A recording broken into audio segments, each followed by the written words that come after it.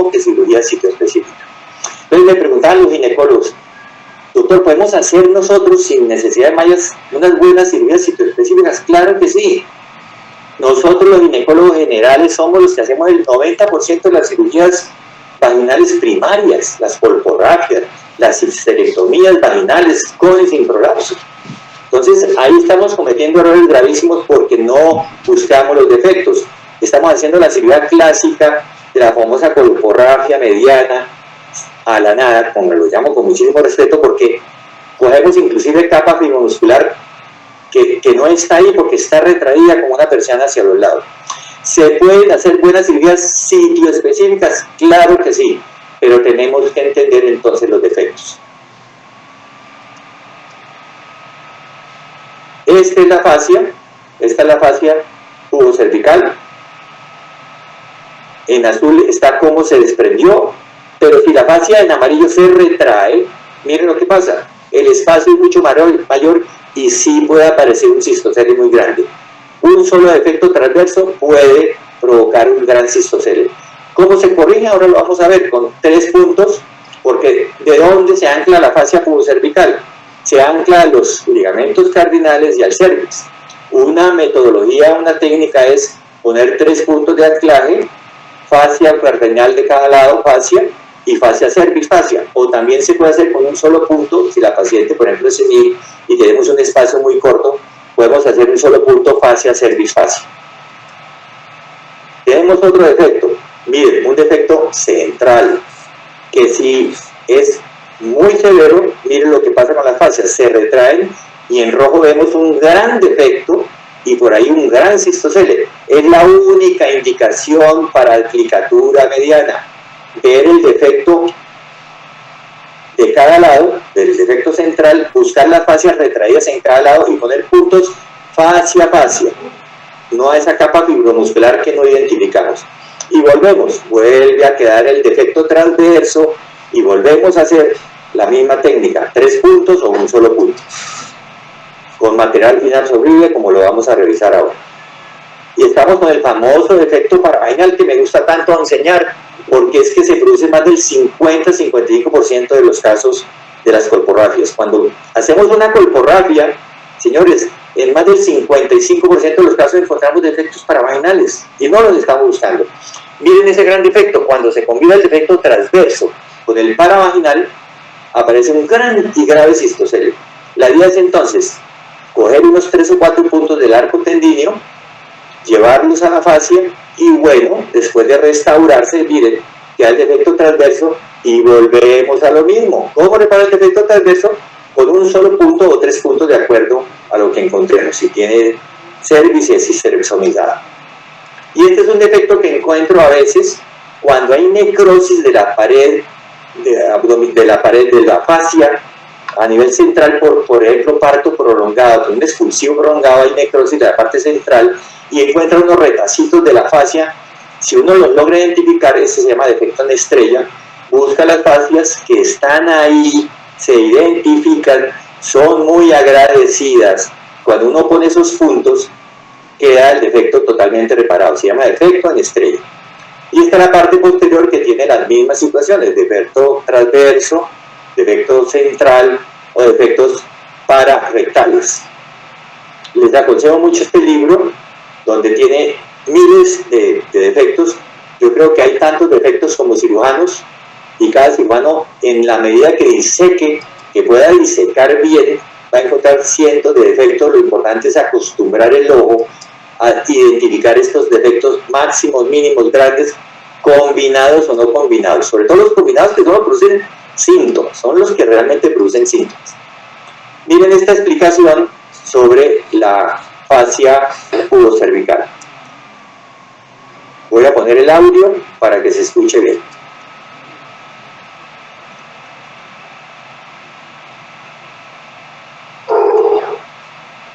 ¿Hay audio? Exacto. Pues vamos a irnos para atrás.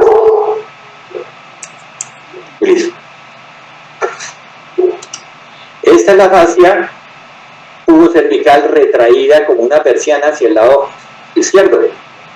Estoy señalando con el lado derecho. Hay un defecto paravaginal derecho y hay un defecto transverso combinado. Mire, solamente cuando hay defectos paravaginales combinados es que son sintomáticos.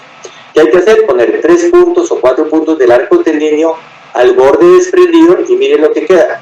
Se restaura la anatomía, queda solo el defecto transverso, y si la paciente, por ejemplo, tiene cervix, ponemos un punto, fascia, cervix, fascia, o si es ausente de útero, podemos hacer el MUSFA, que es fascia, complejo cardial uterosacro, cúpula, complejo cardial uterosacro del otro lado y fascia. Es el famoso MUSFA, midline uterosacral plication arteriocorporal combo. Ahora lo vamos a detallar, muy bonito. Una vez tengamos el defecto central, por ejemplo, en este caso, lo vamos a explicar, que da el defecto transverso. Miren cómo la fascia estaba retraída en blanco como una persiana, es la única indicación de plicatura medial.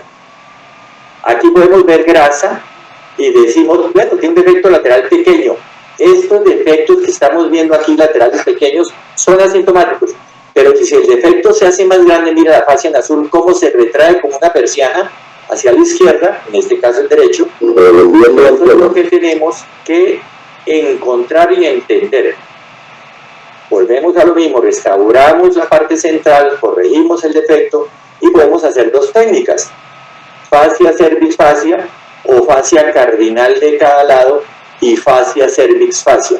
Por ejemplo, esta técnica la hago mucho en multíparas, con vaginas amplias, con pacientes que tengan vida sexual activa, que van a tener una gran dinámica a nivel sexual, porque los embriones producen gran movimiento de todas esas estructuras y tenemos que tener muy buenos anclajes. Entonces, el defecto central es el único o la única indicación de plicatura mediana. Pero encontramos a veces unas fascias un poquito largas o más que todo extendidas, defectuosas, y vemos que aunque no hay defecto central, yo quiero reforzar esa fascia. Entonces hacemos un refuerzo, aquí no estamos arreglando la fascia, hacemos un refuerzo mediano, y esta es una indicación de plicatura mediana adicional, solo para reforzar la parte central de la fascia. Este es un dibujo de mi autoría donde muestran por vía abdominal, por encima, cómo se ve la vejiga y luego la fascia por debajo. Miren los defectos: defectos laterales, defectos transversos, cómo se ve por vía vaginal, cómo protruyen a nivel bilateral, como en la resonancia, por ejemplo, este defecto que se ve a mi derecha, por ahí nunca protruye la fascia porque no es un defecto combinado, es un defecto paravaginal único, que quede eso muy claro. Los defectos paravaginales únicos son asintomáticos, por eso casi nunca los vemos, porque las pacientes no consultan por cesación de bulto. Miren cómo se ve aquí, por ese pequeño defecto no protruye la vejiga, solo cuando son combinados. Entonces los laparoscopistas, a quienes aprecio muchísimo, porque también hago laparoscopia, ven estos pequeños defectos y dicen en los estudios: hicimos reparación bilateral de los defectos paravaginales y la paciente mejoró o no mejoró de acuerdo a las estadísticas individuales de cada actor. Todo lo que yo vea, y eso es lo que aconsejo, defectuoso, hay que repararlo por vía laparoscópica, vaginal. Si lo vemos, reparémoslo, claro que sí. Pero en este caso miremos un defecto transverso, que cuando se combina, miren aquí por el lado derecho, con un defecto paravaginal derecho, cómo comienza a retraerse la fascia blanca, que la vemos por debajo de la vejiga, cómo comienza a retraerse como una persiana. Y miren, se retrae más y más, y ese defecto combinado, transverso y paravaginal, sí produce un gran cistocele, muy grave. ¿Se imaginan ustedes nosotros haciendo una sola aplicatura mediana? No vemos ese defecto lateral y por eso tenemos tantas fallas. Y esto es lo que tenemos que aprender los ginecólogos cuando hacemos la cirugía primaria, a buscar los defectos laterales. Hipotéticamente, teóricamente, ¿qué podríamos hacer por vía abdominal? Esto es teoría. Si yo veo esto, repito, por encima está la vejiga, pero supongamos que no estuviera la vejiga ahí, pues los 3 puntos o 4 puntos de anclaje del arco tendíneo al borde desprendido de la fascia. ¿Y cómo quedaría esto? Resuelto el defecto paravaginal o lateral.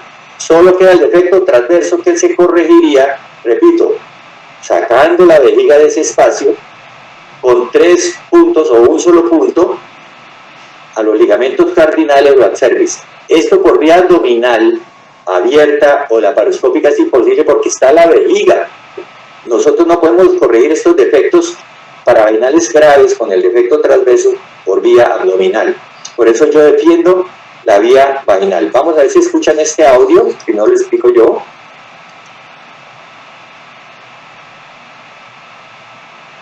No. Entonces, ahí está la vejiga por encima, está la fascia amarilla por debajo, vemos un defecto, por ejemplo, lateral izquierdo. Ese defecto único es asintomático, pero si se combina con un defecto transverso, mire lo que pasa con la fascia. Se retrae como una persiana hacia el lado izquierdo en este caso, y ahí sí se produce un gran defecto. ¿No hay ningún mensaje? Ahí sí hay que corregir y se ven grandes cistoceles. Por vía abdominal o por vía laparoscópica, ¿cómo corregimos esto si está la vejiga? La propuesta que yo hago siempre es por vía vaginal, porque por vía abdominal, miren, yo creo que es imposible poner estos puntos en el arco tendíneo o poner después esos puntos al cerviz y a los ligamentos cardinales. Por eso yo defiendo la vía vaginal. Es la mejor vía para corregir todos los defectos del piso pélvico. Ahora, las mallas, una malla sobre la fascia o la parte más superior, no corrige el defecto, pero sí corrige el síntoma, porque la malla tracciona y desaparecen los síntomas de bulto y es una cirugía extraordinariamente buena. Pero si corrige el defecto lateral, no lo corrige. En este caso, por ejemplo, vemos cómo está la fascia pubocervical en amarillo, bien anclada, pero si ocurre un trauma, miren la fascia posterior, la fascia rectovaginal. Si ocurre un trauma y hay un defecto, la fascia se retrae entonces como una persiana hacia el perineo, en este caso, perdón, hacia el pubis. Vemos un defecto que en la mayoría de los casos, si es muy fuerte, si la retracción es muy intensa, hay un gran cistocele con defecto transverso único, pero si se combina con defecto paravaginal, el cistocele es muchísimo mayor. Esta repetición de los conceptos para mí es muy importante, porque es que tenemos que olvidar el concepto de cirugía clásica, de plicatura mediana clásica, porque tenemos que recatar la fascia, buscarla y corregirla en forma sitio-específica. Hay que anclar de nuevo la fascia pubocervical al cervix, si la paciente tiene cervix, o si es histerectomizada, entonces al complejo cardinal uterosacro, que sí existe, se puede encontrar, se puede buscar y está presente siempre. Al restaurar entonces esta solución de continuidad, se puede corregir el defecto anterior con mínima recurrencia. Aquí está el defecto posterior. ¿Qué pasa cuando la fascia rectovaginal se retrae como una persiana? Pues puede aparecer rectocele, enterocele y descenso perineal. Una charla maravillosa de Carlitos sobre 3 patologías distintas y una sola cirugía verdadera. Miren cómo el enterocele puede afectar la sola retracción de la fascia rectovaginal hacia el perineo, esa pérdida de la continuidad. ¿Y cómo es la cirugía entonces? Rescatemos la fascia rectovaginal. La miorragia de los elavares que ya les mostré desde el punto de vista anatómico, los haces no van nunca juntos en la línea media, van laterales. Debemos rescatar esa fascia y llevarla siempre al anillo cervical posterior, si tiene útero, o a los ligamentos uterosacros y a la cúpula, si es histerectomizada. Una sola cirugía para 3 patologías diferentes. Con solo restaurar esa solución de continuidad, se corrigen las 3 patologías. En ausencia de útero, rescatemos los uterosacros, ahí están, y anclemos la fascia rectovaginal, corrigiendo esa solución de continuidad. Sabemos que la miorragia de los elevadores también tiene excelentes resultados, pero desgraciadamente es sintomática, produce disfunciones evacuatorias de gases, etcétera, dispareunia. Entonces es mejor cambiarla por la reparación sitio-específica. Quiero explicar muy bien esta foto, porque Cateterizando los ureteres, vemos muy bien cómo está la parte dentro del tejido conectivo. Esta es la única parte intraluminal que pasa en la vejiga. Se introducen los catéteres dentro de la parte de la pared de la vejiga y esta es la única parte visible. Fíjense la posición y la orientación de los ureteres durante una cirugía vaginal. La mayoría de los defectos, de los problemas ureterales, de las iatrogenias se producen durante las colporragias. Miren lo que pasa, clásicamente hacemos una incisión en la línea media. Esto que estamos mostrando en verde es cómo se devuelven los ureteres por la parte de la vagina hacia arriba, cómo se acodan. Siempre tenemos que mirar no solamente en los prolapsos grandes, cómo están los ureteres, si hay hidronefrosis o alguna alteración de la parte renal. Siempre hacemos la incisión en la línea media, abrimos hacia los lados y clásicamente, ¿qué hacíamos? Plicatura de la línea media sin mirar realmente dónde está el defecto. ¿Eso qué produce entonces? En muchos casos no detectados, que al hacer la plicatura de la línea media, los ureteres se acoden. Si es que no los tomamos en la sutura, pero se acoden en la línea media y pueden producir disfunciones como dilatación, etc. Entonces, esta aplicatura de la línea media, en mi opinión, debe ser parte de la historia porque tenemos que buscar los defectos para evitar precisamente este daño tan grave que estamos haciendo con los ureteres. Entonces, el arte de encontrar el defecto sin hacer daño, y ya vamos a hacer énfasis en de qué se trata eso de sin hacer daño. Lo mismo, repararlo sin hacer daño, lo acabamos de ver. No podemos hacer una aplicatura de la línea media sin saber dónde están las fascias, porque podemos causar una iatrogenia ureteral. Estas son los dos tipos de incisiones que hacemos. Una incisión elíptica, que es muy buena, extraordinariamente buena, deja una visión muy grande de la anatomía, una incisión extraordinaria, y la que más hacemos todos, la incisión de la línea media. ¿Qué es lo que quiero que llevemos a casa? ¿Cómo es el defecto transverso? Empecemos por el defecto transverso. Aumenté la velocidad para que podamos ver. Ese es el defecto transverso solo, único, no necesita una aplicatura en la línea media, y lo que tenemos que hacer es anclarlo al cervix en el caso de que no sea esterectomizada. Miren, esta es la posición, la situación, para que después de que el cervix ascienda, pues queda anatómicamente reparado. ¿Cómo sabemos que no hay defecto central? Pasamos el dedo por detrás de la fascia y fíjense que el dedo no pasa derecho. Ahí no hay defecto central, solamente defecto transverso. ¿Cómo empezamos la disección? Siempre prefiero hacerlo con tijera, ir lavando con solución salina. Si hacemos la incisión única y luego con el dedo, con el guante y la compresa, rechazamos, no vemos, no tenemos una visión anatómica. Y miren, vemos con solución salina cómo se pone blanco. Eso significa que a este nivel, la fascia blanca que se resalta con la solución salina va hacia el arco tendíneo. Ahí descartamos de plano que hay defecto lateral. Obsérvense cómo con solución salina, miren, se ve blanca la fascia. Si seguimos cortando con la tijera o con los dedos, causamos daño. Por eso es el arte de buscar el defecto sin hacer daño. Si introducimos a la fuerza el dedo, causamos un defecto lateral, en este caso del lado derecho. Aquí vemos cómo no hay defecto central. Podemos hacer una aplicatura mediana, ojo, para reforzar la fascia un poco, reforzarla. No estamos reparando ningún defecto central, solamente estamos reforzando.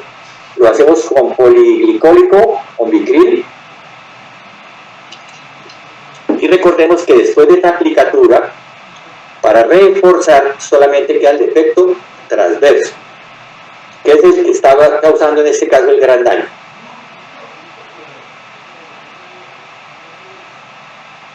Podemos hacer, como dice el lance, puntos en U,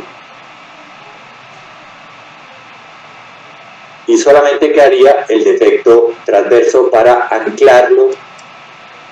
Como vemos aquí, solamente queda el defecto transverso, y en este caso la vagina es más corta, más estrecha, una paciente posmenopáusica, con un solo punto de material inabsorbible. Mire el defecto transverso, lo anclamos con un solo punto, polipropileno o puede ser seda, que es lo que más utilizamos, fascia, cervix, fascia, un punto en U. Con ese solamente punto en U, con material inabsorbible, restauramos el anclaje a nivel 1 de lance, anclando esa fascia al cervix. Cuando el cervix ascienda, va a mejorar todo el compartimento anterior. Fíjense la disección como es muy importante. Del otro lado, vamos disecando con tijera, muy despacio, tratando de dejar lo menos posible fascia o tejido fibromuscular pegado a la pared de la vagina. Y vamos lavando también con solución salina para hacer resaltar la fascia. Fíjense a este nivel cómo está la vejiga. Aquí no hay capa fibromuscular. ¿Dónde está? Mire, retraída como una persiana hacia el lado izquierdo. Es absolutamente rescatable, se puede, pero hay que acostumbrar el ojo a esto. En el caso de las pacientes multíparas, ¿cómo hago yo con los defectos transversos? Para restaurar el nivel 1. Tiene cervix. Mire, rescatamos el ligamento cardinal de cada lado. Y entonces ponemos 3 puntos. Fascia, vamos al lado izquierdo, fascia, ligamento cardinal del lado izquierdo, me devuelvo en un fascia, primer punto. Lo hago con Vicryl, puede hacerse con PDS, puede también hacerse con material inabsorbible, pero yo generalmente uso Vicryl, es más que suficiente. Un punto central, fascia, cervix, fascia, punto en U, me devuelvo. A mí me gustan mucho los puntos en U que tienen mejor anclaje y mayor resistencia. Y un tercer punto, fascia, cardinal derecho, fascio. Con estos 3 puntos fusionamos los niveles 2 y 3, o sea, el defecto transverso queda muy bien anclado al sitio donde se desprendió. Recordemos la anatomía, la fascia pubocervical se ancla a los cardinales y al cervix. Restauramos niveles de los cardinales y el nivel 1 del cervix. Cuando tensionemos esos puntos, entonces queda restaurada la anatomía y las posibilidades de recidivas son mínimas. Pero hay que hacerlo así, de forma anatómica. Esta es una opción, repito, cuando la paciente es multípara, cuando tiene vaginas amplias, grandes y tenemos suficiente campo de acción. 3 puntos. Vamos a los defectos laterales que tanto me gustan. Miren cómo se ven aquí, en este caso un lateral izquierdo. Es muy importante aprender a leer la vagina, pero desgraciadamente es imposible. La especificidad y la sensibilidad es mínima. Uno dice, parece tener un defecto para vaginal izquierdo y cuando abre tiene un defecto del otro lado. Es muy difícil aprender a leer la vagina, no concuerdan los hallazgos físicos con los hallazgos intraoperatorios, y la idea es esta: buscar los puntos de anclaje a nivel lateral del arco tendineo. En este caso ven, por ejemplo, un defecto central ya reparado y luego vemos los defectos laterales como unilaterales en este caso. ¿Cómo se ve? En el 90% de los casos los defectos paravaginales, llevémoslo a casa, son unilaterales. Los defectos paravaginales en la mayoría de los casos son de un solo lado. En el 80% de los casos son derechos, porque la mayoría de las variedades de posición de la cabeza es occipito izquierda anterior. Entonces la fascia, el bebé, la cabeza fetal desciende y la fascia se tracciona hacia el lado izquierdo, y la mayoría de los defectos son por la pérdida de la clave del lado derecho. Vemos aquí en B la fascia blanca y todo lo que es A es la vejiga, combinar el defecto lateral con el defecto transverso. Miren cómo se retrae la fascia como una persiana. ¿Cuál es la propuesta?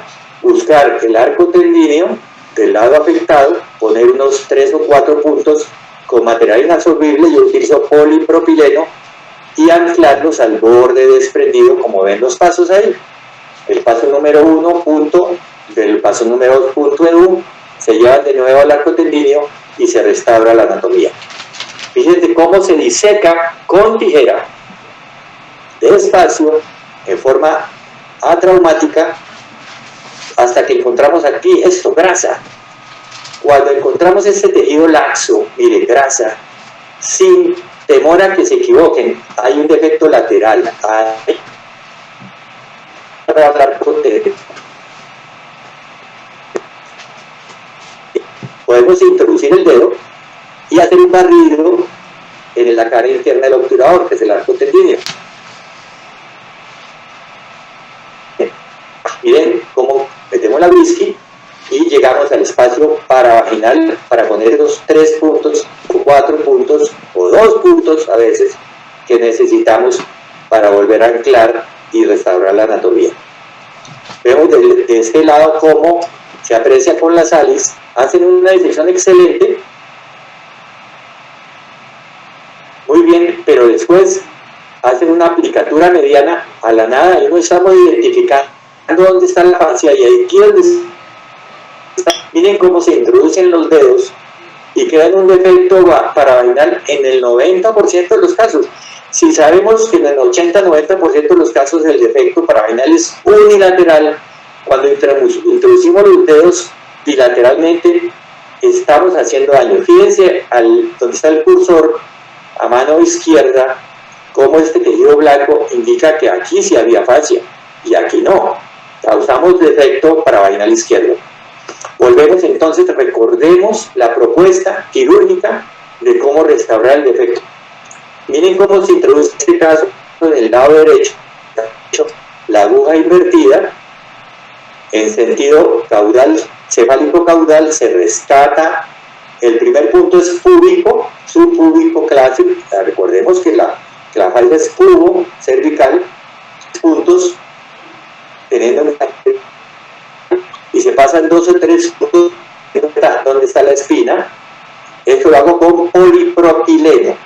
Después de pasar esos 3 puntos en promedio, miren el lado izquierdo, en este caso un defecto izquierdo, pasamos los 3 puntos, fíjense cómo es de fácil de rescatar la aguja. El sangrado que se presenta en la mayoría de los casos es venoso, anatómicamente que había restaurado, y lo más importante, ustedes podrían decir, bueno, doctor, queda esa fascia muy corta, 1 mes, 2 meses después, esa vagina tiene entre 8 y 10 centímetros de largo. Como decía Carlos, son tejidos vivos que están ahí, que se pueden encontrar y que se pueden restaurar, que recuperan su longitud, porque tienen una memoria, la elastina está ahí. Y luego hacer posterior y una perineoplastia, en mi opinión, que tiene que ser muy estética para que la paciente no se toque puntos externos y que se restaure bien la anatomía y la estética. Esta es la fascia rectovaginal, la explicación de cómo está el defecto transverso. Aquí está en amarillo. Cómo perdió su anclaje. Miren, esta es la fascia, el defecto transverso, y es importante en esas X no poner puntos ahí porque ese es el recto. Tenemos que buscar los úteros sacros y la cúpula para tener 3 puntos individuales y llevar esa fascia de nuevo al nivel 1.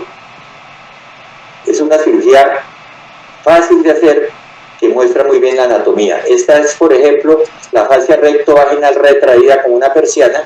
Aquí estoy explicando de nuevo el defecto transverso, cómo esto se debe llevar a la cúpula y a los ligamentos úterosacros. Si la paciente es histerectomizada, se llevan a la cúpula y a los úterosacros, y si la paciente tiene cervix, pues se ponen 3 puntos al cervix posterior. En este caso, por ejemplo, estoy explicando cómo puede haber un defecto pararrectal derecho, y entonces le ponen 2 o 3 puntos pequeños del borde desprendido al arco tendíneo fascia rectovaginalis, para que quede entonces solamente el defecto transverso. Y volvemos entonces a reparar y hacer la cirugía que nosotros estamos haciendo, el defecto transverso a la parte apical.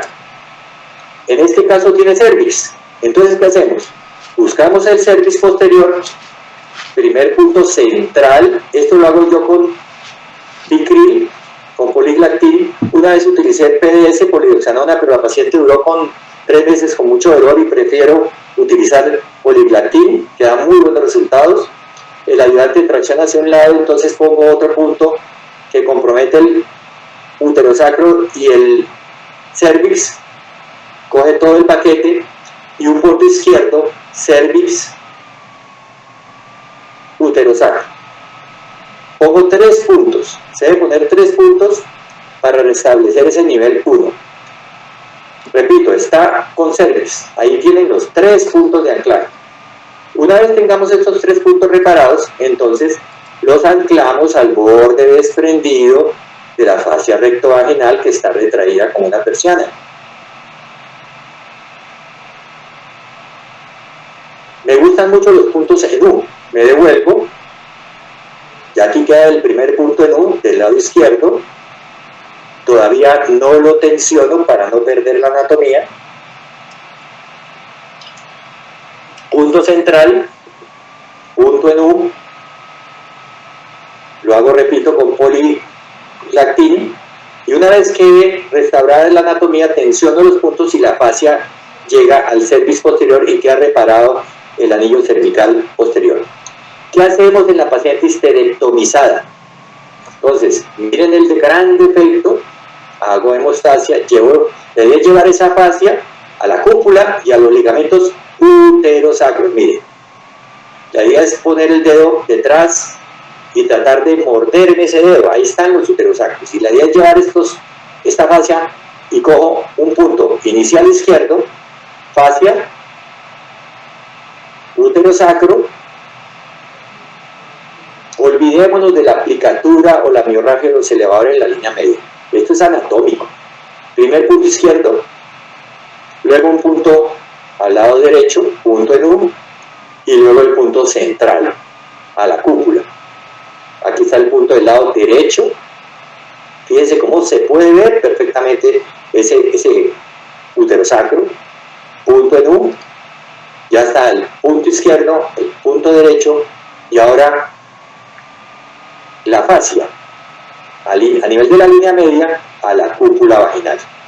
Aquí es imposible entonces comprometer el recto porque estamos dándonos cuenta muy claramente, irrigando con solución salina, que estamos tomando el tejido fibromuscular, la capa. Y este es el resultado final, cuando anclamos y tensionamos la sutura, cómo queda restaurado la parte posterior. Repito, no nos preocupemos de esa longitud, que no hemos terminado la cirugía y ya vamos a notar cómo ya la fascia de medir 2 o 3 centímetros mide 7 o 8 centímetros. Si se la examinamos al mes, ya tiene 8, 10, 12 centímetros. Esa es mi idea. Los estudios ya basados en evidencia están mostrando que la cirugía citoespecífica obtiene muy buenos resultados. Depende mucho de nosotros, de la capacidad del cirujano, así sea que estemos utilizando la técnica clásica o la colocación de mallas. Lo importante es la medicina basada en la competencia, que aprendamos, así como hacemos talleres cuando hacemos laparoscopia, que nos exigen tanto los talleres. Aquí les enseñamos a los médicos que vienen a practicar cómo coger el portagujas, cómo pasar los puntos, cómo anclarlos, cómo manejar los tejidos en forma traumática, eso se llama atraumática, eso se llama medicina basada en la competencia. Tenemos que aprender a ser muy buenos cirujanos. Esos resultados son comparativos ahora con las mallas y aparentemente dan muy buenos resultados, y eso es lo que dice la evidencia. Pero si hacemos esas nuevas técnicas basados en la evidencia, sabemos que las mallas, sobre todo a nivel posterior, primero ya no tienen ninguna indicación, pero si hacemos o colocamos las mallas solamente cuando está indicada su colocación, tenemos mejores resultados. La cirugía sitioespecífica basada en esta evidencia y en estas técnicas, estoy seguro que dará muchos mejores resultados, porque ya salieron las advertencias sobre las mallas y ojalá las respetáramos más, porque aún vemos cómo ponen mallas en cualquier tipo de patología del compartimento anterior, sin primero tener en cuenta la cirugía sitioespecífica. Quizás demora un poco más, y ahora traigo a colación que cuando hay cirugía sitioespecífica quizás hay más disfunciones evacuatorias en los primeros días, porque ya no hacemos la aplicatura de la línea media a la nada, sino restauramos la anatomía, y quizás demore un poquito más en la vejiga en tener esa evacuación normal y tenemos un poco más de retenciones, pero todo vuelve a la normalidad antes de las 4 o 6 semanas. Tenemos que aceptar la evidencia, claro que sí, pero no podemos olvidar esto, la experiencia, la medicina basada en la experiencia, pero sobre todo la medicina basada en la competencia, porque miren, muy detrás de nosotros están estos compañeros y amigos, hubo un marketing agresivísimo, entrenamientos masivos, y comenzaron las grandísimas tasas de complicaciones inesperadas, y ahí estuvieron y están todavía los abogados detrás de nosotros. Mi sueño es compartir todas estas técnicas basadas en la cirugía sitio específica pura, para ahí sí hacer estudios basados en evidencia, no en la famosa cirugía con tejido nativo y la aplicatura mediana que en mi opinión debe desaparecer. Yo creo que la evidencia mostrará otra cosa cuando hagamos una restauración anatómica objetiva, y estoy seguro que nos llevaremos por delante a la cirugía con las mallas. Por eso mi sueño se está cumpliendo, que es la enseñanza masiva a los ginecólogos, que somos los que hacemos la mayoría de las cirugías primarias, y esa es la realidad actual.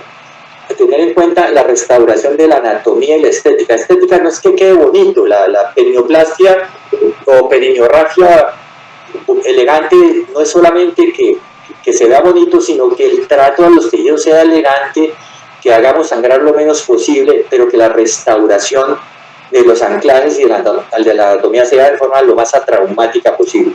Eso es lo que yo sueño, que la anatomía y la estética se queden siempre con nosotros, trabajemos juntos. Eso es lo que le enseño a los ginecólogos que vienen acá. Si tú caminas solo llegarás más rápido, claro, pero si caminas acompañado llegarás muchísimo más lejos. Trabajemos acompañados, siempre existe la duda, obvio, es el principio de la sabiduría, se empezó todo con una duda, con una pregunta, pero la duda sistemática, como dicen, es el principio del conocimiento. Después de que surge la pregunta aparece entonces la técnica quirúrgica, pero antes de que aparezca la evidencia se transforma en medicina basada en la experiencia. Una vez creamos en eso, pues aparece obviamente lo que es la evidencia, pero desgraciadamente la evidencia dejó a un lado en muchas cosas, en muchas oportunidades, la intuición y el sentido común. Por favor, compañeros, no dejemos a un lado la intuición y el sentido común. No, la evidencia es importantísima, pero la experiencia y la visión anatómica de lo que estamos haciendo, si no sabemos lo que buscamos, no vamos a entender lo que encontramos.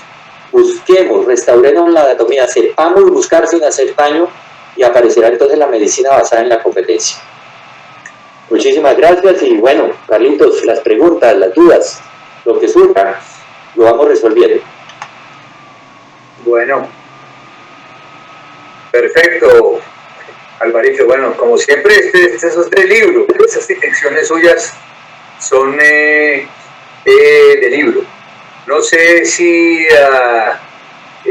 nuestros amigos tienen alguna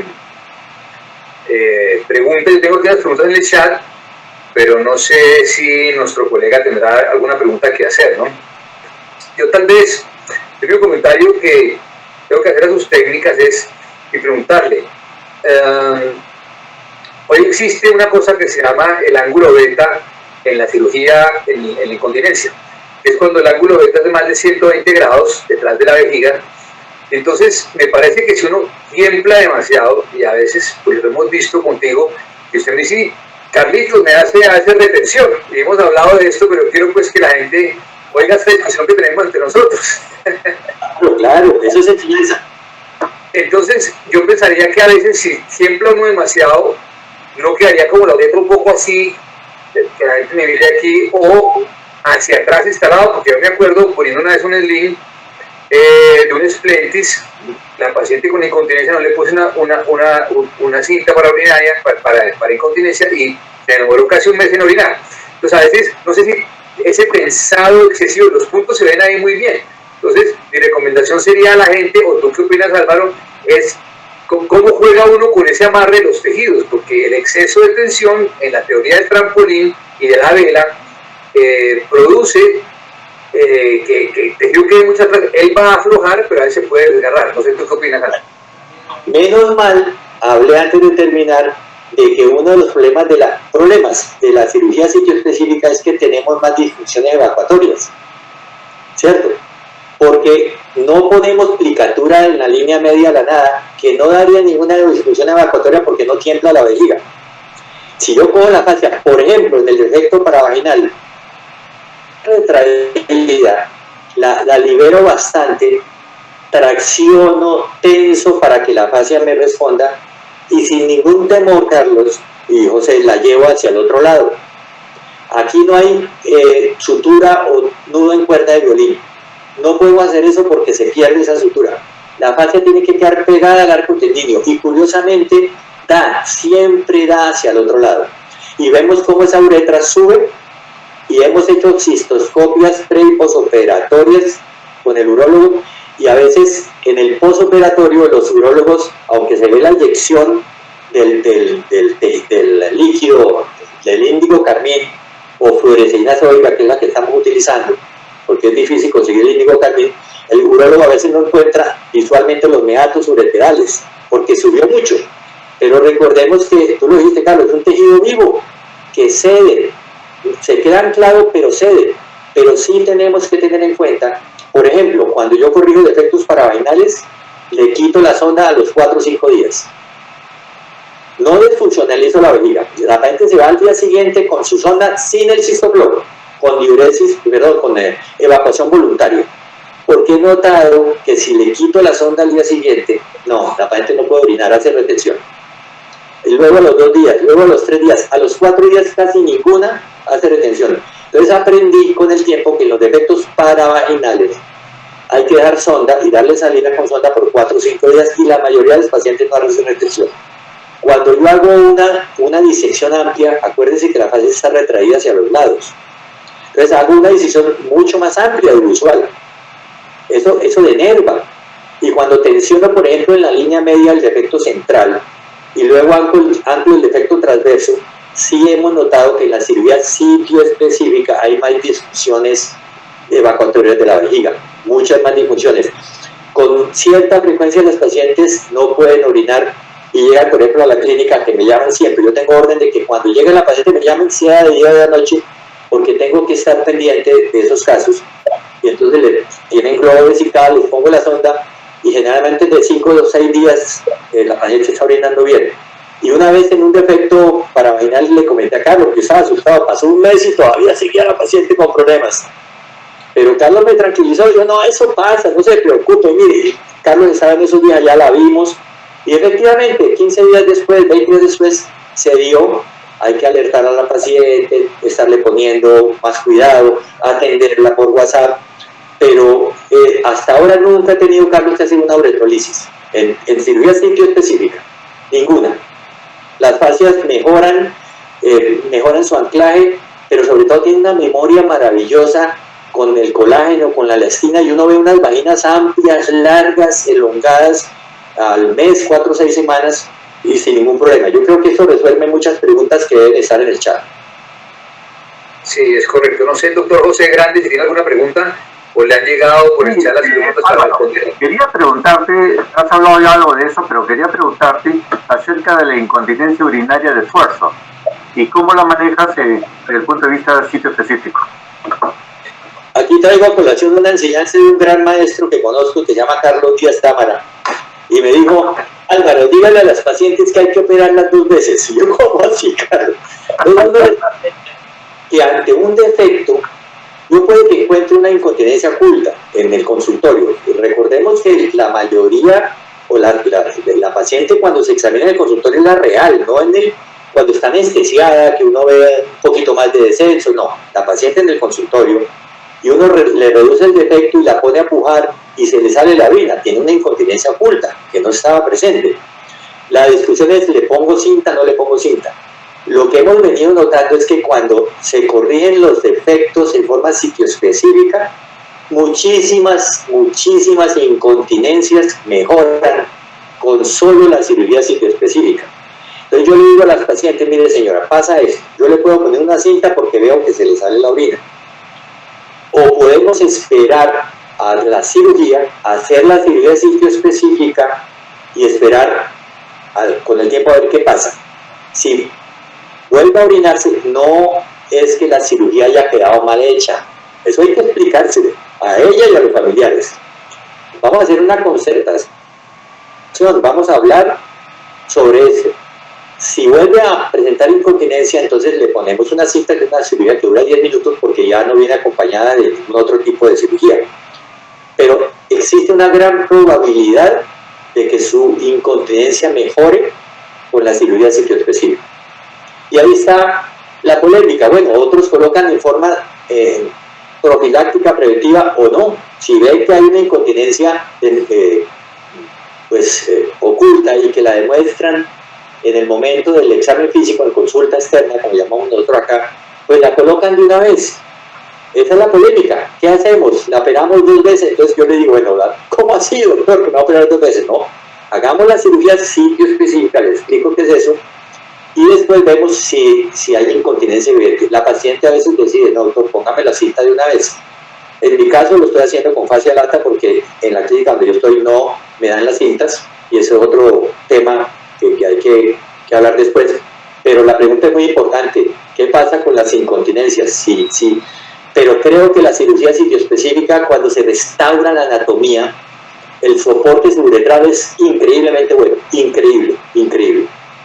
Claro, lo que te pones son los puntos que van adentro del pubis y vas restaurando la fascia y pegándola, y eso es cierto, yo sí he visto eso, y los que no hacemos tan extensa la cirugía, ponemos con más frecuencia, digamos, los slings, que es una pregunta que nos tenían aquí en el chat, Martica Medina, con los saludos,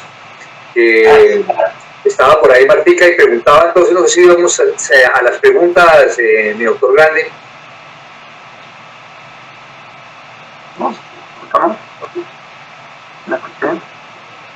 ¿Qué preguntas hay, José?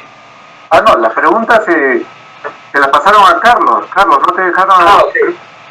Perfecto, entonces, la primera pregunta que surgió al principio fue el doctor Hilario Tank. Dice, ¿la episiotomía mediolateral daña el cubo visceral? Interrogado. ¿Quién quisiera contestar esa pregunta? Dios mío, si vimos los videos tan maravillosos tridimensionales, cuando uno restaura la parte perineal, restaura el cuerpo perineal. Y si recordamos la anatomía, el puborectal no tiene nada que ver con eso, esa es mi opinión. Yo creo que en una episiotomía de esas grandes que uno ve, lo que cortamos es uno de los haces o puboanales o pubovaginales, ¿cierto? Porque el puborectalis queda, Carlos, creo yo, mucho más alto. Es el momento durante la episiotomía de restaurar esa anatomía. Cuéntame, Carlos. No, estoy de acuerdo contigo, porque cuando uno pone la mano, si están viendo aquí mi video, cuando hablamos del cubo visceral es para no decirle cubococcigio, que es muy corta esa definición, como tú decías, hay que decirles cubo visceral, porque son diferentes haces. Entonces yo pongo la mano aquí así, en el modelo, no sé si me están viendo aquí, y aquí atrás tiene hacia toda la parte de atrás. Entonces, realmente hacer el corte acá, estamos cortando es un poco el transverso y parte del cubo visceral, pero no el cubo visceral, que es un músculo más grande. Entonces yo le contestaría así al doctor Hilario Tan.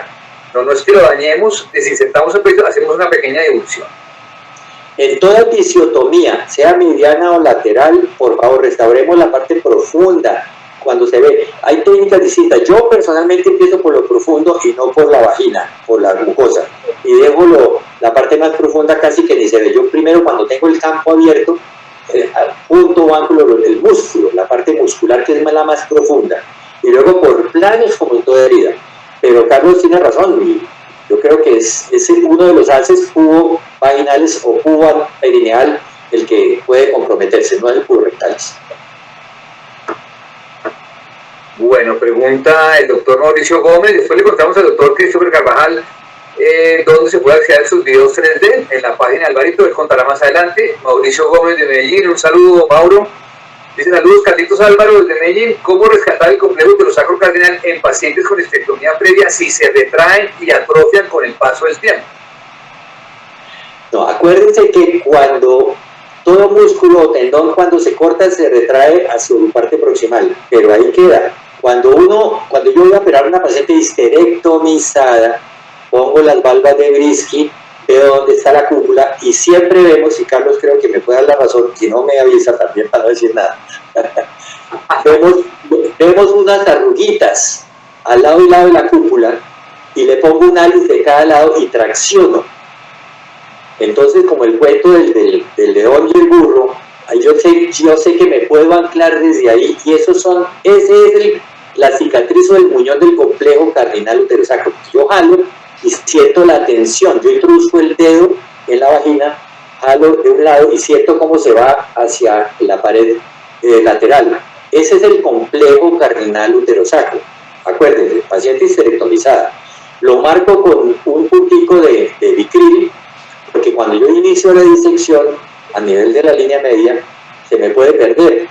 Entonces, cuando ya diseco, veo el compartimento anterior, si hay defecto paravaginal, si hay defecto lateral, central, transverso.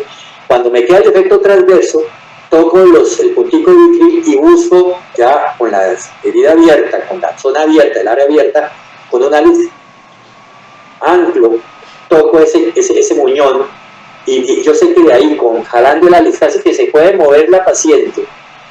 Sé que entonces voy a anclar ahí la fascia pubocervical y la cúpula. Así se rescata el complejo cardinal uterosacro. No sé si Carlitos tiene algún otro truco o qué opine de esa técnica. No, estoy de acuerdo. El pliegue en la vagina lo hay, pero otras veces Mauro tiene razón, no se encuentra para nada eso. Pero otra cosa, otro truco que puede hacer uno si no lo palpa, es abrir el peritoneo, por ejemplo, el colapso de cúpula, e ir a introducir el dedo a buscarlo. Y ahí básicamente uno lo va a encontrar. Lo que pasa es que a veces los que encuentran tan pegado y tan lateral que no lo puedo utilizar para llevarlo. Entonces se hace la otra discusión. Entonces ahí es donde uno dice, bueno, vamos a usar entonces la neofasia del limbo vaginal, el concepto del limbo vaginal para restaurar la neofasia. Pero el que busca encuentra, como cuando uno está buscando pelea, si uno rompe el peritoneo y busca, ahí lo encuentra. Ya que le sirva o no es otra cosa, pero el que busca encuentra. Bueno, Martica, Medina Peña, dime, don José. Quería hacer una pregunta, Álvaro. En caso de una paciente que has operado por estás haciendo una histerectomía vaginal, que tiene este tipo de prolapso que hemos visto en tus diagramas, en tus videos, si tiene una caída de cúpula, ¿cómo la suspendes tú? ¿El MUSPAC va a ser suficiente o le haces además algún otro procedimiento? Yo tengo una convergencia que se llama MUSPAC y MACOL, dos excelentes colpopexias para lograr una mejor suspensión. Estábamos hablando de una histerectomía vaginal con prolapso, inclusive en la sin prolapso pongo el MACOL, pero tenemos un prolapso grande. Yo insisto en que cuando tengo un prolapso de todo, un prolapso integral que llamamos aquí, un prolapso uterovaginal completo, hago la histerectomía y cuando yo hago la histerectomía tengo acceso a dos partes importantísimas. Uno, al MACOL, hago fascia, cúpula vaginal, complejo cardinal uterosacro de un lado. Recordemos que la técnica, yo la empleo así, no sé si Carlos creo que también, hago un anclaje o una integración total del complejo cardinal uterosacro. O sea, yo cojo el útero, tracciono y yo no, por ejemplo, aclaro esto, clásicamente nos enseñaron nuestros maestros que en la histerectomía vaginal con prolapso hacemos una incisión circular, ¿cierto? Porque se supone que el complejo cardinal uterosacro también está comprometido, está elongado, pero ahí está el complejo. Yo en cambio no hago la incisión circular, yo sigo respetando la incisión posterior, anterior, y hago la integración del complejo cardinal uterosacro y lo dejo reparado a un lado. Hago la histerectomía y luego hago el MACOL. Línea posterior o cúpula posterior, complejo cardinal uterosacro del lado izquierdo, cúpula vaginal o peritoneo, complejo cardinal uterosacro del otro lado y lo saco más o menos a 1 centímetro otra vez. Ese es el MACOL. Luego me voy al compartimento anterior, diseco bien, veo dónde está el defecto. Supongamos que tenga un defecto paravaginal, derecho. Entonces, busco bien la fase que está retraída hacia la izquierda, la llevo hacia la derecha con los 3 o 4 puntos al arco tendíneo. ¿Y qué queda? El defecto transverso. Yo puedo introducir los dedos y se me van los dedos hacia el peritoneo, hacia adentro. ¿Cómo hago para anclar ese defecto transverso? Entonces pongo un punto del defecto transverso al complejo cardinal uterosacro, a la cúpula, complejo cardinal uterosacro del otro lado y de nuevo a la fascia. Ese es el Muzpak. Fusiono los niveles 1 y 2.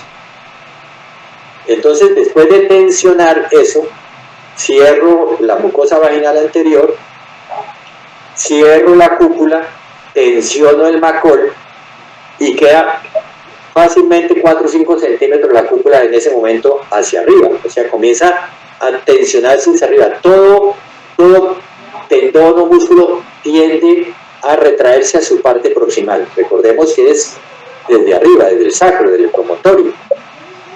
A veces uno ve la cúpula descendida, uno la ve suelta, pero por dentro, ¿dónde está la fascia? Está muy arriba ya. Y al mes y medio uno ve esa cúpula arriba, pero sobre todo el compartimento anterior también tensionado. Entonces, cuando hago histerectomía vaginal con prolapso, con solo el Muzpak y el macol, para mí ha sido suficiente. No me importa ver, en el momento, en el posoparietal inmediato, la pared vaginal anterior aparentemente suelta, aparentemente en caída. Uno termina de hacer la colporragia posterior y mete la pinza y ve 4, 5, 6 centímetros ya tensionada el macol, ¿no? Y se hace el Muzpak muchísimo mejor. En este momento los mejores resultados los he conseguido combinando el Muzpak y el macol.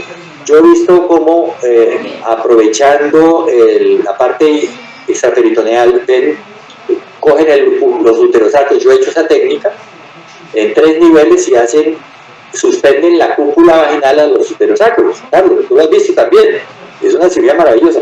En mi opinión, esa no es la posición normal de la cúpula, aunque sí es el eje normal. Si no restauramos la anatomía del compartimiento anterior y sus anclajes laterales, porque es apical y paravaginal, son 2 situaciones de un mismo fenómeno.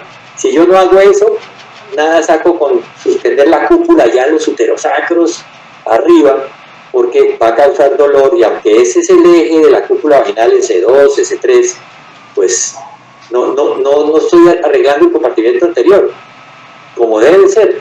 Entonces yo realmente abandoné la colpopexia uterosacra alta, ¿sí?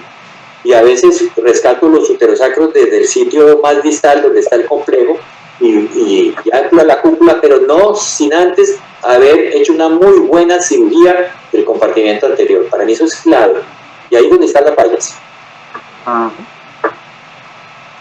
Sí, yo estoy de acuerdo, es que existe lo que sea. Acuérdense que las fases son integradas, el nivel 1 no está en un lado, el nivel 2 en otro. Hay que integrar todo como un castillo naipes pegado, que uno lo jala y tira de él, e irlo integrando, y eso facilita mucho la cirugía. Bueno, entonces saludando a Dante, gran amigo, por ahí, que nos pregunta si se ve que hay la divulsión del músculo elevador del ano, si hay cirugía para repararlo. Ya Álvaro habló y dijo pues que realmente no se ha intentado todavía, es muy difícil, eso no se ha intentado.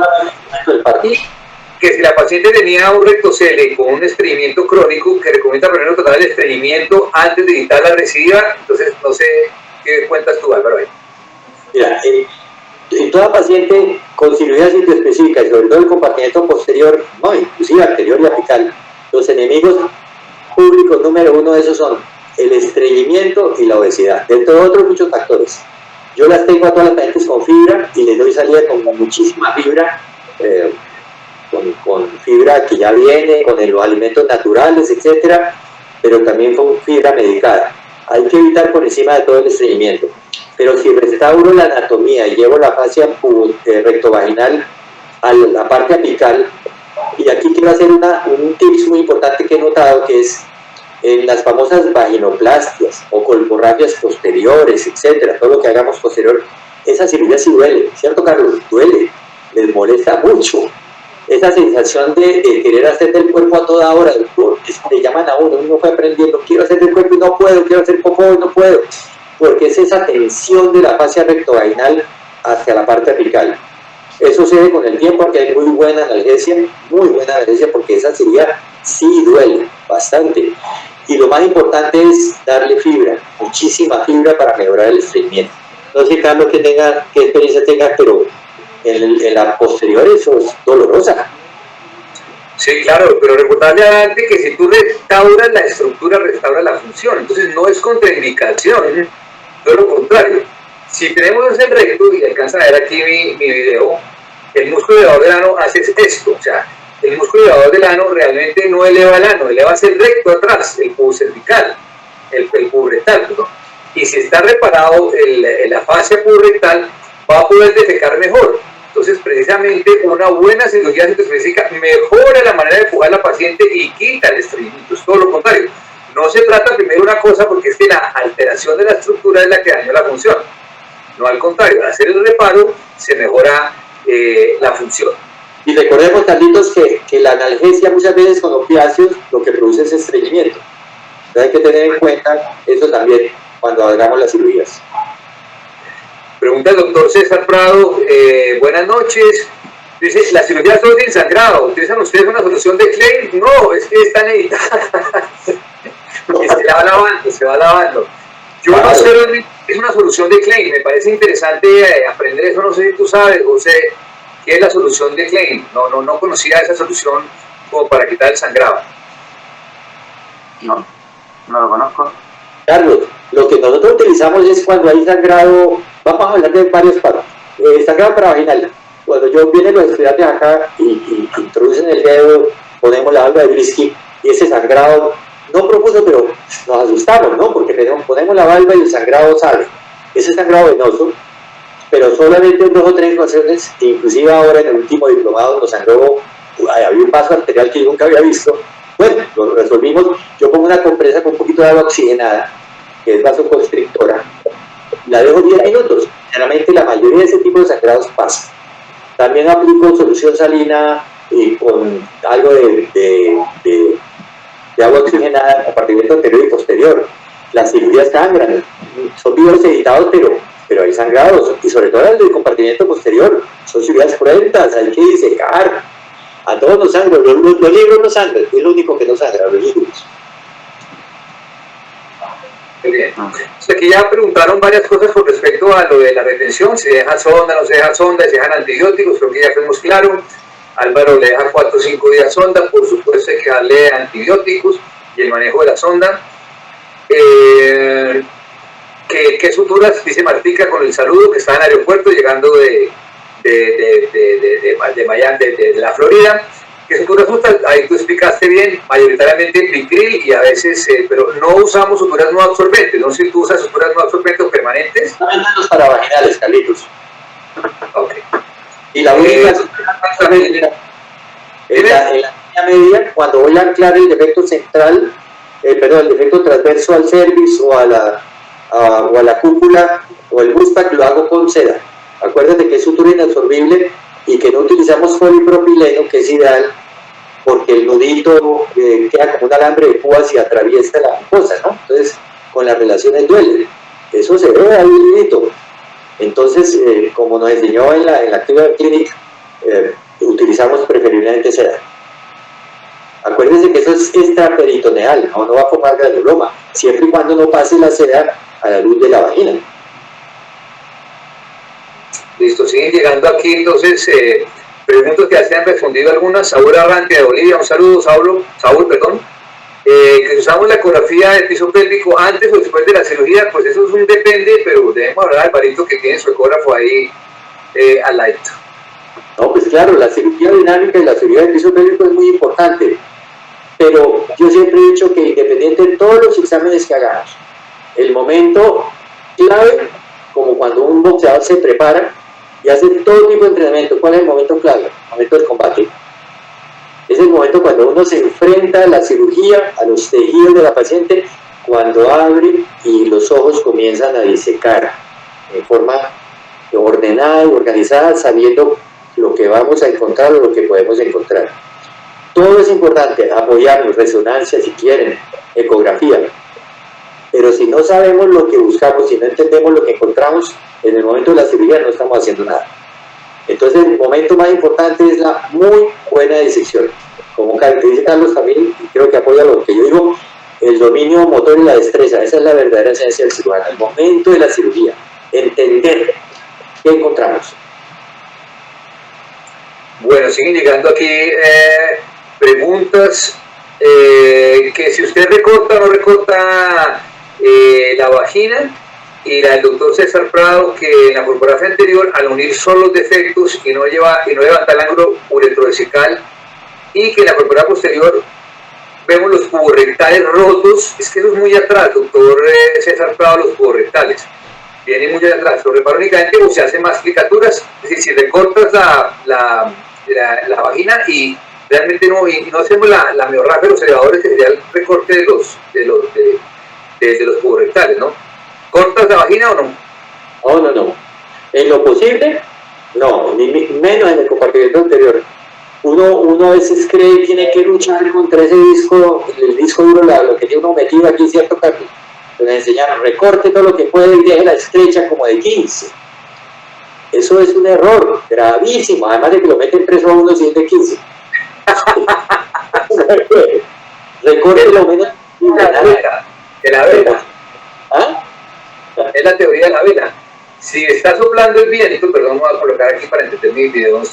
Está soplando el viento aquí atrás así y está templado, lo que hace el barco es que gira como una veleta, pero si se deja hinchar, se deja hacer presión, estimula el tejido conectivo. Entonces rara vez reportamos el toque por él me ha machacado con las salis, quita un poquitico, pero en eso no está la solución. Lo que pasa es que aparentemente al recortar queda reparado, pero si solo haces una reyección de la mucosa cervical, estás haciendo no cirugías específicas, sino haciendo acortamiento de mucosa, y ese no es el propósito de la cirugía. Hay que rescatar esa fase. Una señorita. El doctor Montesinos, nos preguntó Carlos Ulloa, que hasta qué edad los pacientes sus operaciones son óptimas, y el porcentaje de disfunciones vesicales, dice la doctora Rocío, que creo que ya hablamos, que puede ser hasta un 15%. Pero si la otra pregunta es que hasta qué edad se pueden operar las pacientes. Hasta donde se pueda. Sí. Prepararlas con estrógeno, ¿no? Preparar con estrógenos, lo damos, aunque a veces uno sangra, ¿no? Pero no, y es que por ejemplo una colpoquiasis, es que no es el tema de hoy, pero una señora, la semana pasada operamos de 91 años. Estaba con un bulto ahí, una cirugía bien bonita, pero no, en ese sentido no. Sí. No existen enfermedades, existen enfermos. Cada paciente es una situación diferente, pero si la paciente tiene síntomas, va al consultorio porque su calidad de vida está alterada, podemos ofrecerle muchas situaciones de reparación. Si no se puede operar, bueno, le ofrecemos la otra posibilidad, pero la cirugía restaurativa es posible, claro que sí, es posible. Bueno, siguen preguntando acá, las disfunciones ya las tuvimos, la disección de los tejidos para identificar los defectos mejor con la extensión de que utilizamos solución salina, sí, usted lo contestó, eso identifica los tejidos, la solución salina actúa con las proteínas del colágeno que hay ahí y se blanquea un poco, y al quitarlo rojo, pues visualizamos, ¿no? Porque no usamos solución de Klein, que me parece interesante esa solución que puede hacer. La exéresis del tejido vaginal, nuevamente preguntada antes, lo de los hoyuelos, sí, correcto, lo que decía es la cicatriz, los hoyuelos es lo que identificamos. Y luego dice el doctor Marcos Vargas, doctor Álvaro, un saludo cordial, usted mencionó que nunca hace miografía ventral o medial de los elevadores del ano. Pregunto, aunque la paciente tenga un defecto a nivel 3 del ANSI, o sea, la miografía, aunque tenga, tú la contestaste, pero pues reforcemos el tema. No existen, repito, enfermedades en enfermos, entonces, en el 98% de los casos más, la fascia rectovaginal es rescatable.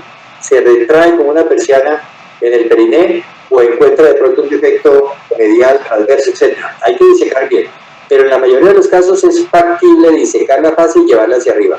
Les cuento que en 2 o 3 pacientes seniles no he visto la posibilidad, no solamente por el campo quirúrgico, de rescatar la fascia, y confieso que he hecho 2 o 3 cursos de supuesta miorragia para poder cerrar el defecto. Pero, repito, son situaciones extremas donde uno no encuentra nada. Es posible. En medicina no existe ni nunca ni siempre eso, sino depende. ¿Claro? Aquí contesta el doctor César Prado, dice, la solución de Klein la usa él y dice, es una solución fisiológica de solución salina, bicarbonato de sodio, adrenalina y silocaína al 2%. Nosotros usamos sobre todo ese silocaína con epinefrina. No usamos el bicarbonato de sodio porque dice que no se ¿Lavado? ¿El lavado? O para la infiltración, dice él, que solución fisiológica, bicarbonato de sodio y adrenalina. La podemos hacer con adrenalina de solución salina. Nosotros usamos silocaína al 2% con epinefrina, pero no le ponemos bicarbonato. ¿Usted le pone bicarbonato? No sé, hay que preguntar por la vía del bicarbonato cuál sería, ¿no? Claro, entonces dice que eso lo hacen los cirujanos plásticos y de esa manera no hay sangrado y se ven las estructuras perfectamente y analgesian el postoperatorio. Pero claro, los cirujanos ¿el lavado? Sí, una solución con mezclarlo, no. Mezcla eso para inyectar. Para inyectar, los cirujanos plásticos, ¿dónde inyectarían? Porque son sitios muy amplios. No, para poder facilitar el plano en el raspegane. Ok. Para la hidrodisección. Sí. Ah, bueno. Interesante, doctor Prado, lo del bicarbonato de sodio. Yo no lo he usado, no sé, el doctor José Grande o tú. No. Yo uso generalmente silocaína con epinefrina, que viene en frasco al 2%, lo diluyo en la mitad y lo dejo al 1%, y eso es lo que uso para infectar. Exacto. Que da la analgesia y da la tumescencia. No sé si el carbonato tendrá que ver con la grasa o no, interesante. El doctor Iván dice, el uso de suturas no resolvibles, ¿cómo evitar los neuromas que recomiendan? Pues que casi no utilizamos, muy puntualmente. Álvaro le gusta la seda. Yo no uso seda en vagina, él le coloca unos puntos, por lo que decía el doctor Willy Ávila, cerrando la parte posterior. ¿Qué tanto granuloma tienes tú, Álvaro? No, en las histerectomías hay a veces granulomas de la cúpula vaginal, que lo resolvemos con ácido tricloracético ahí en el consultorio, facilito, y con algunos óvulos de caléndula o el mismo láser.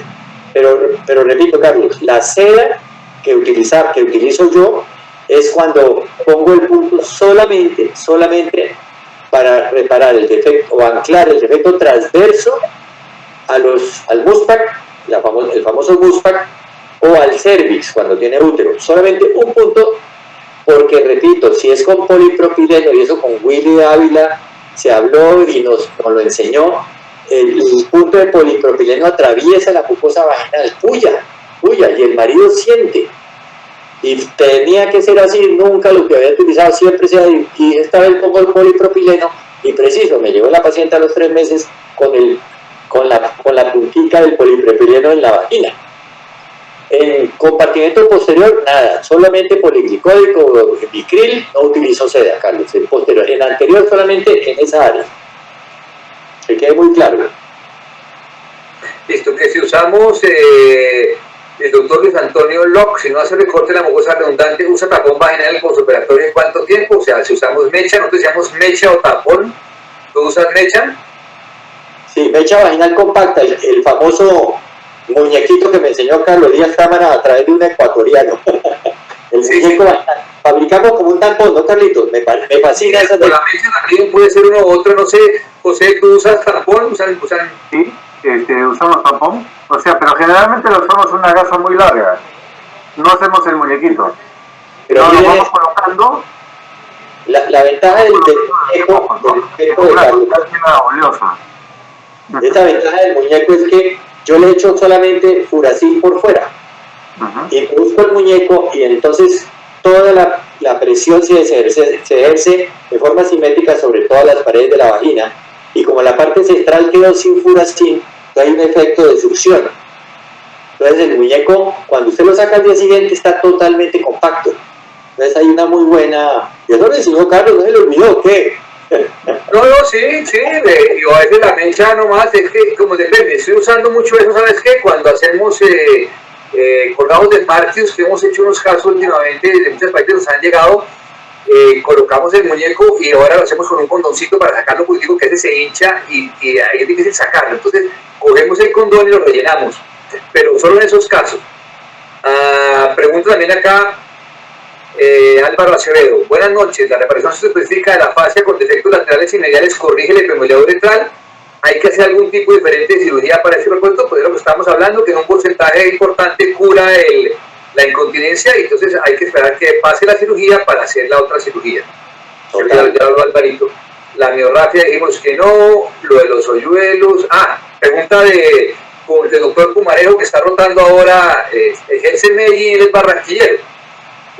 Conmigo acá dice, ¿qué opina de la cirugía de mancha modificada versus la colpopexia sacra? Eso es otro simposio. Alito, eso le toca a usted. Sí. Lo que pasa es que no estamos hablando, Lucho, de histeropexia, que eso es otro tema.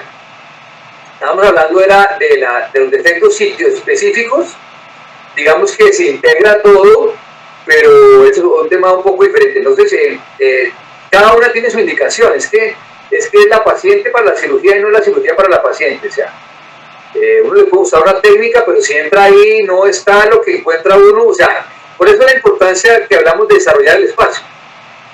¿Que cuál es la mejor vía? ¿Que sea arriba, que sea abajo, que lateral? No, si usted puede dejar todo ortotópico y puede desarrollar el espacio para encontrar lo que usted está buscando encontrar para reparar, si idea una técnica transtimpánica, hágalo por ahí, pero si deja todo en su sitio, no hay problema. La enseñanza, está muy bueno. La enseñanza clásica es que, vuelvo a repetir, en las colporrafias anteriores, lo que nos ha mostrado la evidencia es que cuando hacemos una colporrafia anterior tenemos una probabilidad de más del 50% de que hay un defecto paravaginal. Entonces cabe la aplicatura mediana sin disecar lateralmente, sin hacer daño. Pues busquemos. El que busca encuentra, como dice Carlos, pero sin hacer daño. Y si encontramos, reparamos sin hacer daño también. Y lo más seguro es que si 1 más 1 es 2, y si yo restauro la anatomía, lo más seguro es que la paciente mejore muchísimo y las recurrencias sean cada vez menores. Es que es la lógica anatómica. Vamos concluyendo. Hilario Tan dice, ¿ustedes operan con anestesia regional, epidural o raquidia? La que decía el anestesiólogo, pero obviamente nos gusta mucho la regional porque facilita muchísimo y da anestesia. Y si le ponen un poquitico de 1 centímetro o 2 de fentanil o algún opioide, eso es fantástico. No sé qué opina José. Una anestesia buenísima. Bueno, yo creo que estamos llegando ya al final. No sé si se quiere despedir José. Ya son las 10 de la noche, llevamos aquí ya 2 horas hablando de lo que más nos encanta y todavía se quedan con nosotros 179 gomosos acá. Entonces no sé si José quiere despedir. Muchas gracias por la invitación. Claro que sí. Antes que nada quisiera agradecer a esos 200 y tantos escuchas que están a estas horas de la noche escuchándonos. Agradecerle a Álvaro por su charla realmente magnífica, siempre me gusta escucharlo. A ti, Carlos, de todas maneras, me encantó ese concepto que ya te lo había escuchado antes, ese concepto acerca de la presencia o la existencia de las fascias. ¿Ya? Yo creo que es algo todavía sobre lo que se va a tener que discutir mucho. ¿Ya? Quisiera agradecer también a los laboratorios, no me puedo olvidar, el laboratorio Tecnofarma, que nos está prestando su plataforma para poder hacer realidad estos conversatorios. Y también quisiera invitarlo a todos, a ustedes, a ti, a Carlos, a ti, Álvaro, y a todos los que están escuchándonos, a la próxima reunión que vamos a tener el mes siguiente, donde vamos a seguir hablando acerca de temas de la especialidad de uroginecología, ¿no? Hay una propaganda para Alvarito, que ¿dónde consiguen los videos? ¿Cuál es la página donde ustedes pueden entrar a mirar eso? Publicidad política no pagada. Secreto de eso, Álvaro. Hay un canal en YouTube, ayúdenme a llegar al 1.000.000, ya llevamos 800 y pico de seguidores, de 800 y pico mil. Doctor Álvaro Ochoa Cuberos en YouTube, ahí están muchísimos videos y si Dios quiere próximamente en unos meses va a salir al aire una plataforma que se llama Cirugía de Piso Pélvico Online, Álvaro Ochoa, donde están más de 150, 180 videos editados, explicativos, de todas las patologías, y donde muy seguramente Carlitos Díaz Támara va a tener presencia también. Entonces, muy atentos y con mucho gusto estaremos pendientes de ustedes. Me pueden escribir a mí, a Carlos, al chat, a WhatsApp, y siempre nos caracterizamos por contestar todas las preguntas y atender todas las dudas, porque en cada duda que resolvemos también aprendemos. Muchas gracias. Bueno, buenas noches. Un saludo para todos los hermanos peruanos, para Martica, para Rosita, para Dante, para todos los que nos escucharon. Un abrazo y feliz noche. Bueno. Feliz noche a todos. Hasta luego.